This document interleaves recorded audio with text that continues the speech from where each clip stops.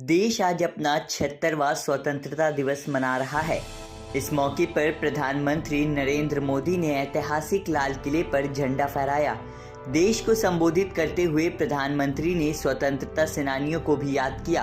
83 minute के अपने भाषण में प्रधानमंत्री ने नारी शक्ति को याद किया तो वहीं भ्रष्टाचार व परिवारवाद पर तीखी प्रतिक्रिया भी दी।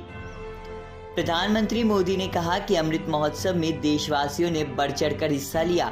आज़ाद हिंदुस्तान के इतिहास में इतने व्यापक पैमाने पर किसी मुहिम में देशवासियों ने शायद हिस्सा नहीं लिया था।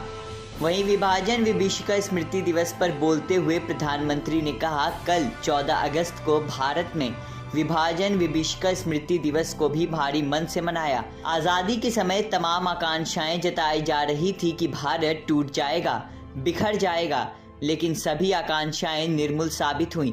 आज़ादी के बाद हमने क्या नहीं झेले, अकाल झेला, युद्ध झेला, सफलता असफलता, आशा निराशा, न जाने कितने पड़ाव आए, लेकिन इसके बावजूद भारत बढ़ता रहा। भारत की विविधता जो दूसरों को बोझ लगती थी, वही उसकी ताकत है।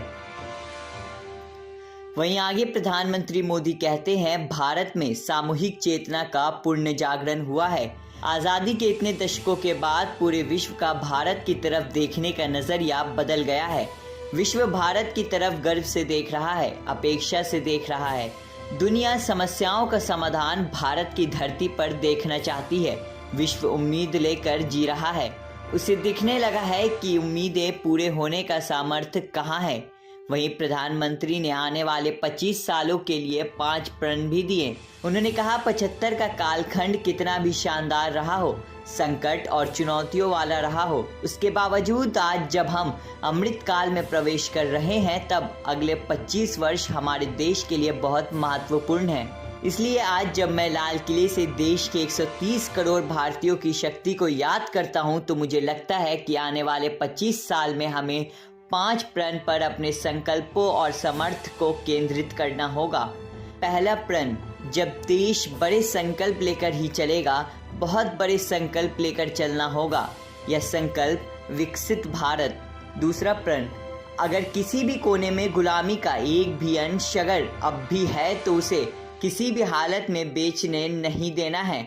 जब 100% सैकड़ों सालों की गुलामी ने हमारे मनभावों को जकड़ रखा है, हमें गुलामी की छोटी से छोटी चीज़ों से मुक्ति पानी होगी।